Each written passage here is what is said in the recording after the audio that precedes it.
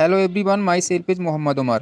In this video, I am going to explain chapter number 11, Spaceships and Satellites of Science Subject Class 5th. So, I will cover a full chapter including exercise.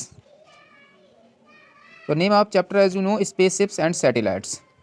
तो यहाँ spaceships और satellites की अगर बात करें तो ये space से रिलेटेड है, यानी कि हमारी जो दुनिया है इससे अगर हम बाहर चले जाएँ, इसके जो एटमॉस्फेयर है इससे बाहर चले जाएँ तो वहाँ से स्पेस शुरू हो जाता है। As given here as space, इसका हिंदी मीनिंग होता है अंतरिक्ष।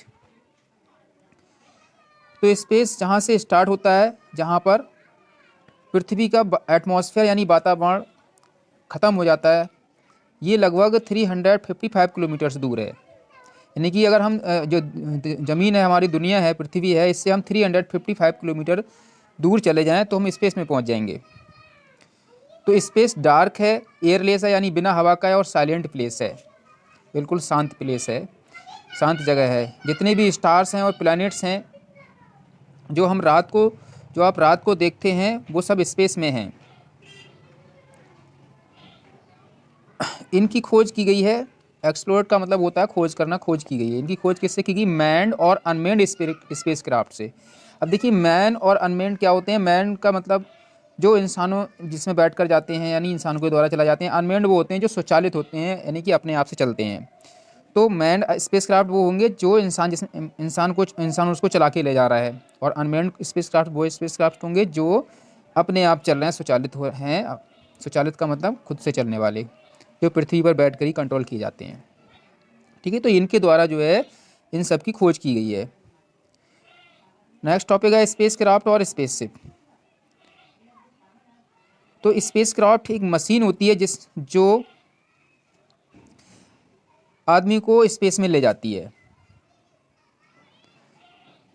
इसको स्पेसशिप भी कहते हैं, जैसा कि इससे हम जो है स्पेस में यात्रा करते हैं, इसलिए इसको स्पेसशिप भी कहते हैं।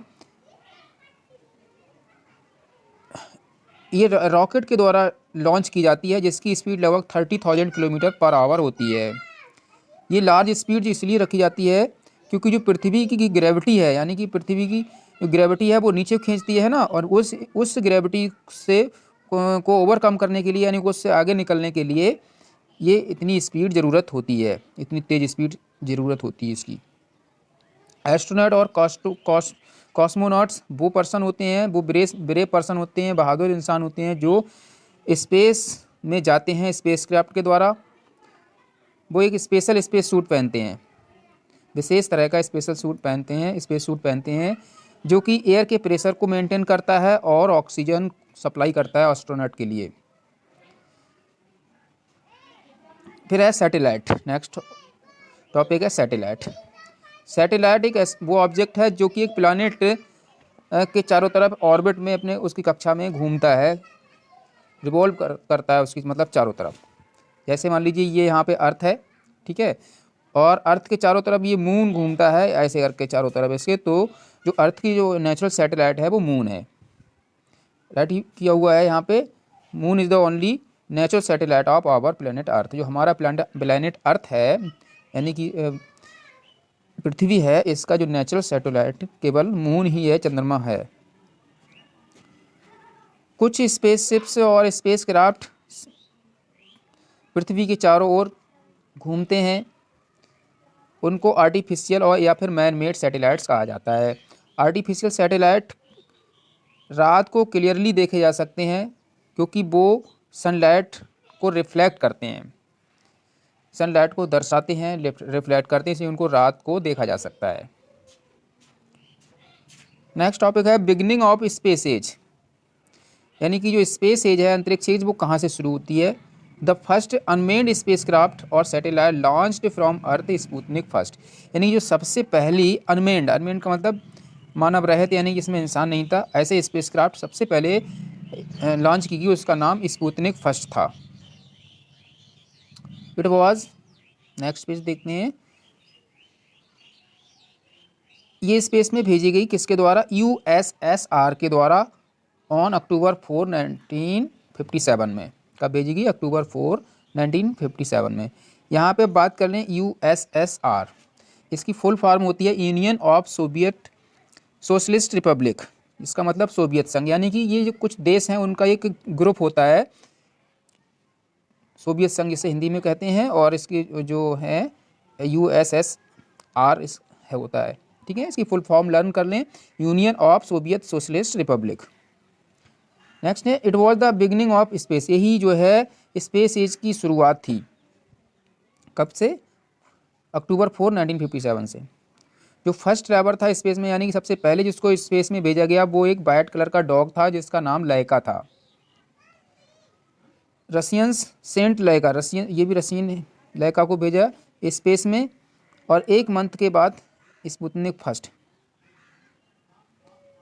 जो फर्स्ट मैन था जिसने स्पेस में यात्रा की, वो थे major Yuri Gagarin of USSR, यानी ये भी यहीं के ही थे। और ये कौन है? वैलेंटिना टेरेस्कोवा, और रशियन वुमेन, ये रसिया की वुमेन थी।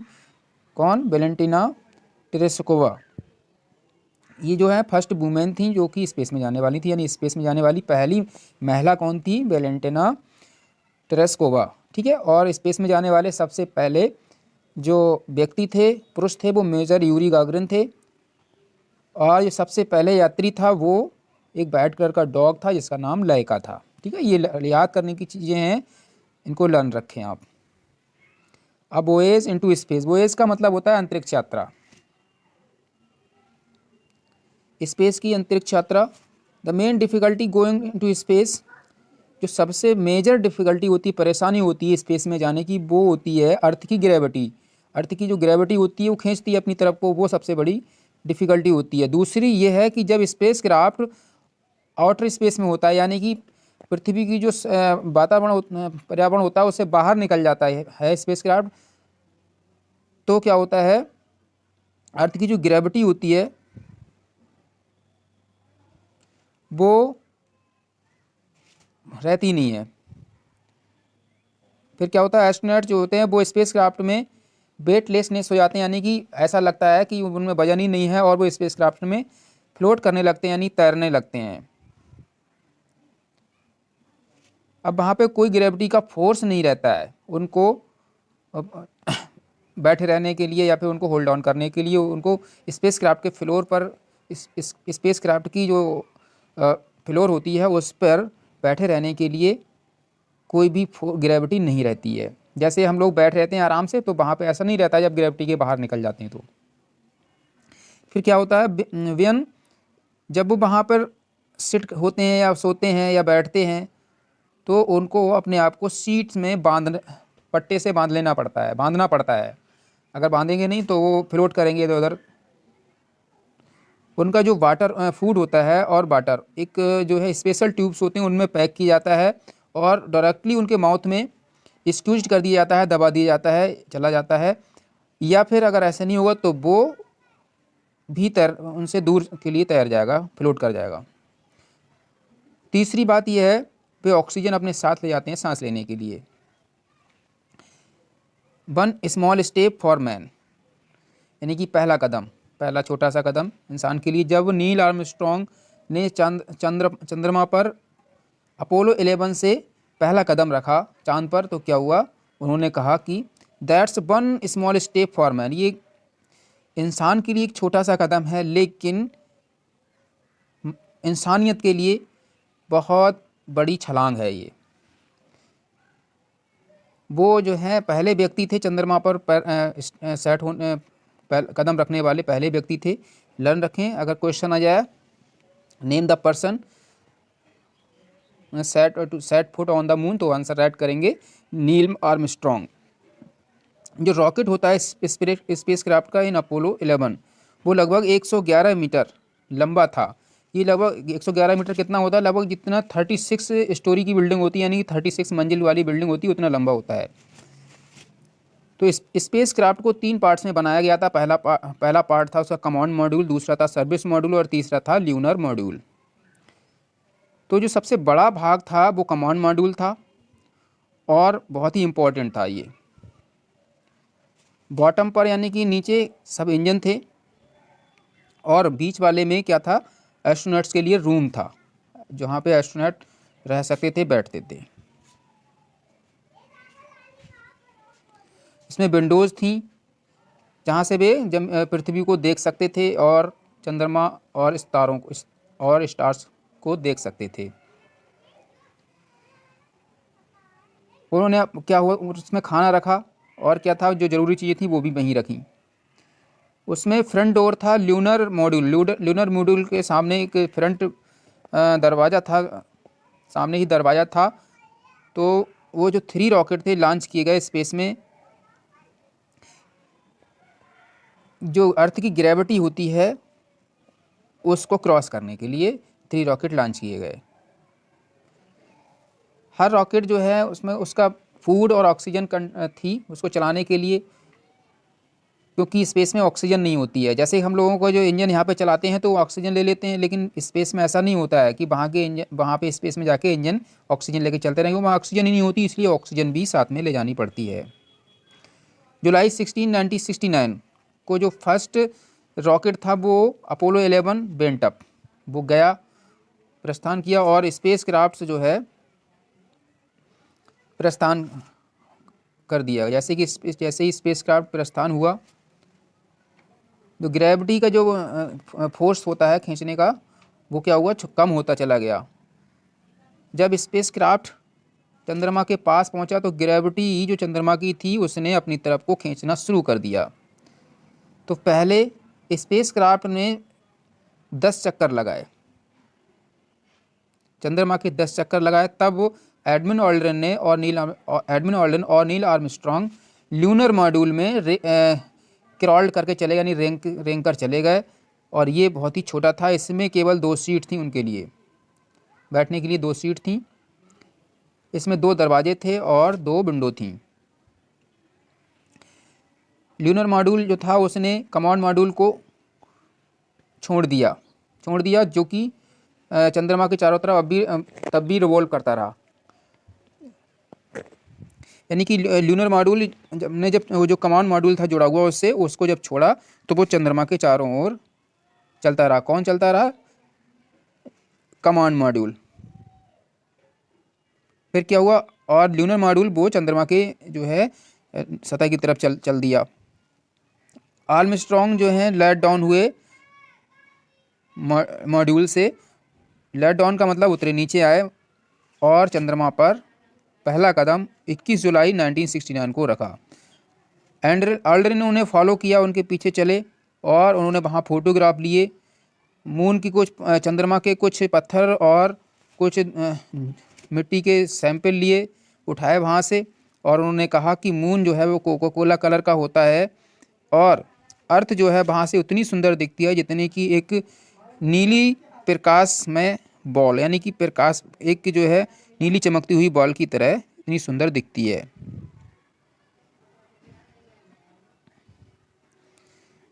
वहाँ पर वे लगभग 3.5 घंटे रहे, है ना, 3.5 आवर्स। 3.5 घंटे के बाद वो ल्यूनर मॉड्यूल में वापस आए और उन्होंने कमांड मॉड्यूल को जोड़ा उसमें, और फिर से कमांड मॉड्यूल में क्रॉल करके वापस चले गए, यानी कि रेंग कर वापस चले गए। और अंत में वो पैसिफिक ओशियन में उतरे वहाँ से, ठीक है। जब वहाँ से लास्ट में अब फिर से पृथ्वी की कक्षा में आए, उसके बाद उन्होंने पैसिफिक ओशियन में उनका जो था वो लैंड हुआ, यानी कि उतर गया। फिर वहाँ से उनको जहाज़ वगैरह से निकाला गया होगा पैसिफिक ओशियन से। फिर है entry of India into space age. India की एंट्री कब हुई? तो इंडिया ने अपना जो पहला आर्टिफिशियल सैटेलाइट आर्यभट्ट था वो स्पेस में 1975 में लॉन्च किया। तब से बहुत सारे सैटेलाइट्स लॉन्च किए जा चुके हैं, भेजे जा चुके हैं, जैसे कि Bhaskar, Rohini, Apple, INSAT 1A and INSAT 1B। और रसिया ने जो है इंडिया को इनवाइट किया है जॉइंट स्पेस प्रोग्राम के लिए और स्क्वाड्रन लीडर के लिए। स्क्वाड्रन लीडर का मतलब होता है दल प्रमुख करने के लिए। फिर क्या होता है, राकेश शर्मा जो है वो पहले इंडियन एस्ट्रोनॉट थे जो कि स्पेस में गए। कब? अप्रैल 3, 1984 में। फिर है यूजेस ऑफ आर्टिफिशियल सैटेलाइट। जो आर्टिफिशियल सैटेलाइट से छोड़ी जा चुकी हैं, बहुत सारी हैं, उनका क्या यूज़ है यहाँ पे हम समझेंगे। तो इनमें जो कैमरा लगे होते हैं वेदर सैटेलाइट्स, जो वेदर मौसम बताने वाली सैटेलाइट में कैमरा लगे होते हैं, वो फोटोग्राफ्स भेजते हैं पृथ्वी पर बादल वगैरह और एटमॉस्फेयर को इंक्लूडिंग बादलों को इंक्लूड करते हुए एटमॉस्फेयर के फोटोग्राफ्स भेजते हैं पृथ्वी पर। फिर दे जो हैं इन फोटोग्राफ्स को बैक भेजते हैं और वेदर की स्टडी करते हैं सेंटर में ऑन द अर्थ, पृथ्वी पर उनकी स्टडी की जाती है वेदर की उन्हीं फोटोग्राफ्स के द्वारा। तो वेदर बुलेटिन जो है वो इंडियन टीवी पर हर रोज़ टेलीकास्ट किया जाता है, यानी दिखाया जाता है, उनका प्रसारण किया जाता है और बताया जाता है। तो वो इन्हीं इन्फॉर्मेशन जो कि इनसैट 1B की इन्फॉर्मेशन जो दी हुई होती हैं इन्हीं के अकॉर्डिंग बताया जाता है। तो वेदर बुलेटिन की जो भविष्यवाणी है वो की जाती है, मौसम की भविष्यवाणी करता है वो, ठीक है। और हमें क्या देता है, अर्ली वार्निंग देता है, यानी पहले से ही चेतावनी दे देता है कि रैन होने की या फिर स्टॉर्म तूफान आने की या फिर साइक्लोन वगैरह की, इनकी सबसे पहले ही हमें भविष्यवाणी मिल जाती है। कम्युनिकेशन सैटेलाइट्स, जो कम्युनिकेशन सैटेलाइट्स होती हैं वो लाइव टेलीकास्ट इवेंट्स भेजती हैं टीवी पर दूर दूर के प्लेसेस से, और इवेंट्स पॉलिटिकल भी हो सकता है, कल्चरल भी हो सकता है, या फिर स्पोर्ट्स वगैरह का भी हो सकते हैं। ये जो है कम्युनिकेट्स भी करते हैं, यानी कि जो कम्युनिकेट्स करने का मतलब जैसे कि हम जो है टेलीविज़न वगैरह चलते हैं तो वहाँ से सिग्नल भी मिलते हैं इन्हीं सैटेलाइट्स के द्वारा। तो डांस, ड्रामा और जो फिल्म वगैरह मनोरंजन के लिए होती हैं इस हर जगह पृथ्वी पर ये ग्लोब पर देखी जा सकती हैं। फिर है एस्ट्रोनॉमर्स अनमेन्ड स्पेसक्राफ्ट्स का यूज़ करते हैं make detailed observation. Detailed observation का मतलब होता है विस्तृत जानकारी, विस्तृत जो है निरीक्षण होता है, उसके लिए अनमेन्ड स्पेसक्राफ्ट एस्ट्रोनॉट्स भेजते हैं। और सोलर सिस्टम की और तारे वगैरह होते हैं, इनकी विस्तृत जानकारी के लिए, उनके मेजरमेंट के लिए स्पेसक्राफ्ट, अनमेन्ड स्पेसक्राफ्ट, अनमेन्ड का मतलब बता ही दिया था पहले, जो कि जिसमें इंसान नहीं होते हैं, मानव रहित होता है जो अनमेन्ड स्पेसक्राफ्ट। और ये स्पेस प्रोब्स का मतलब होता है इसमें वो भी अंतरिक्षयान ही होते हैं, स्पेस प्रोब्स का मतलब अंतरिक्षयान ही होता है। तो ये इतनी दूर तक ट्रैवल कर चुके हैं, इतनी दूर तक यात्रा कर चुके हैं, जैसे कि वीनस, मार्स, जुपिटर और सैटर्न, ये दूर दूर की जो ग्रह हैं इन सब पर भी यात्रा कर चुके हैं।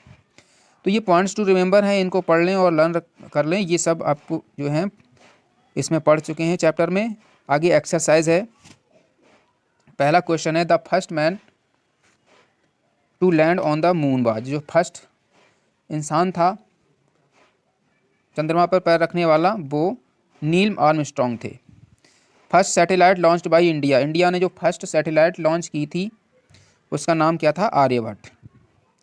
फिर है third number, which of the following satellites was not launched by India, India के द्वारा इसमें से कौन सी सैटेलाइट लॉन्च नहीं की गई है। तो ये सब सी वाला ऑप्शन सही है, स्पुतनिक, ये लॉन्च नहीं की गई इंडिया के द्वारा। बाकी है fill in the blanks. Next one, space begins where the, यहाँ पे अर्थ राइट करेंगे, अपॉस्ट्रोफी है, earth's atmosphere ends.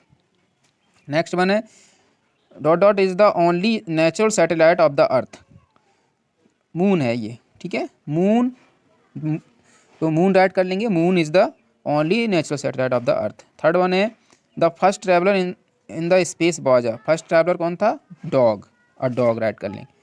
There is, next one 4, there is no in the space, तो नो एयर राइट कर लेंगे, there is no air in the space. Next one है 5, the moon is the colour of Coca Cola, यहाँ Coca Cola fill कर लेंगे।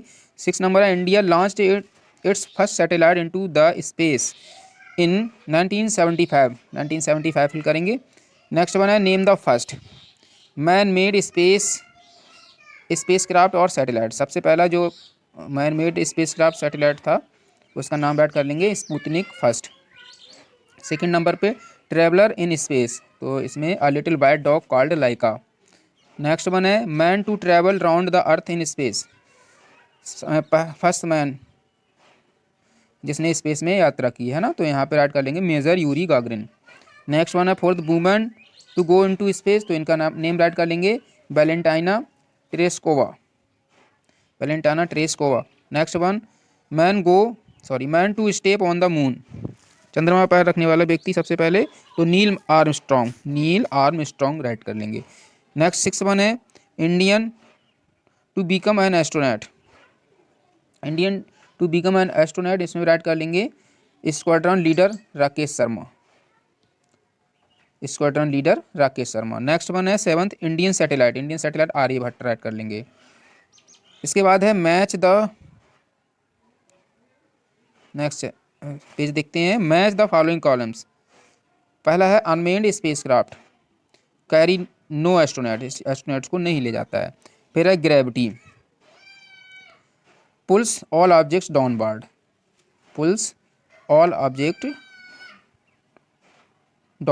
Next है weightlessness, जहाँ वजन ही नहीं रहता तो वहाँ नो ग्रेविटी होती जहाँ पर। सैटेलाइट्स ऑर्बिट द अर्थ, सी से फिल मैच कर लेंगे इसको, फोर्थ वाले को। नेक्स्ट वन है आंसर द फॉलोइंग क्वेश्चन। पहला क्वेश्चन है what is the difference between a spaceship and a satellite और स्पेसशिप के बीच क्या डिफरेंस है, तो आंसर ऐड कर लेंगे स्पेसशिप्स और ब्रैकेट में ऐड कर लेंगे the machine which carries man into space circle round the earth and are also called artificial satellites, whereas a satellite is an object which revolves around a planet in an orbit. Next question number 2 है what is the main difficulty in going into space, तो answer add कर लेंगे the main difficulty in going into space is the pull of earth's gravity. Third one है what is weightlessness क्या है, तो answer add कर लेंगे when the spacecraft is in outer space beyond the pull of earth's gravity astronauts float inside the spacecraft in the state of weightlessness. Fourth number right the names of the 3 modules of Apollo 11 के 3 module के name right करने हैं, तो answer write कर लेंगे the 3 modules of Apollo 11 were command module, service module and lunar module. Next fifth number how did the astronauts enter the lunar module, तो answer write कर लेंगे when the spacecraft reached near the moon the gravity of the moon started pulling it. First the spacecraft went round the moon 10 times and then the astronauts crawled into the lunar module. Next one है question number 6 write 2 uses of artificial satellite, तो answer write कर लेंगे 2 uses of artificial satellites are. पहला write करेंगे communication satellites and live telecast of events on TV to distant places all over the earth. Second one write करेंगे astronomers use unmanned spacecrafts to take detailed observations and measurements of our solar system and stars. Next one है think activity time, think and answer. पहला question है astronauts on the moon can not talk to each other directly, तो इसका answer write कर लेंगे astronauts on the moon can not talk to each other directly since the sound will not pass between them due to lack of air, यानी कि हवा के कमी के कारण हवा नहीं होती इसलिए साउंड जो है वो पास ही नहीं होती, इसलिए वो बात नहीं कर सकते हैं एक दूसरे से डायरेक्टली, ऐसे बात नहीं कर सकते हैं, उनके लिए जो है उपकरण लगाने पड़ते हैं बात करने के लिए। क्वेश्चन नंबर 2 है astronauts on the moon could easily lift heavy rocks, तो जो एस्ट्रोनॉट्स होते हैं वो चंद्रमा पर बहुत भारी भारी रॉक्स चट्टानें उठा सकते हैं, क्या रीज़न है इसका बताएंगे, तो आंसर राइट करेंगे ऑन द मून एस्ट्रोनॉट्स में easily lift heavy rocks because moons gravity is only 1/6 that of the earth and दस द रॉक में फील वेरी लाइट। एक्चुअली जो मून की ग्रेविटी होती है वो पृथ्वी की लगभग 1/6 पार्ट ही होती है, इस वजह से वहाँ पे जो हैवी रॉक्स होती हैं वो भी बहुत हल्की फील होती हैं और आसानी से उठा सकते हैं। तो डियर बाकी जो है नीचे प्रोजेक्ट वर्क है you have to do yourself, ये जो कुछ इंडियन एस्ट्रोनॉट्स हैं या फिर इंडियन ओरिजिनल एस्ट्रोनॉट्स हैं तो इनके जो है बारे में आपको सर्च करना है और जानकारी और राइट करनी है। नेक्स्ट एक्टिविटी है जो पिक्चर्स हैं वो प्लैनेट्स की जैसे कि स्टार और मून वगैरह की कलेक्ट करके अपनी स्क्रैप बुक में पेस्ट करनी है। बाकी न्यू वीडियो के साथ नए चैप्टर के साथ नए वीडियो में मिलते हैं। Thank you, have a nice day.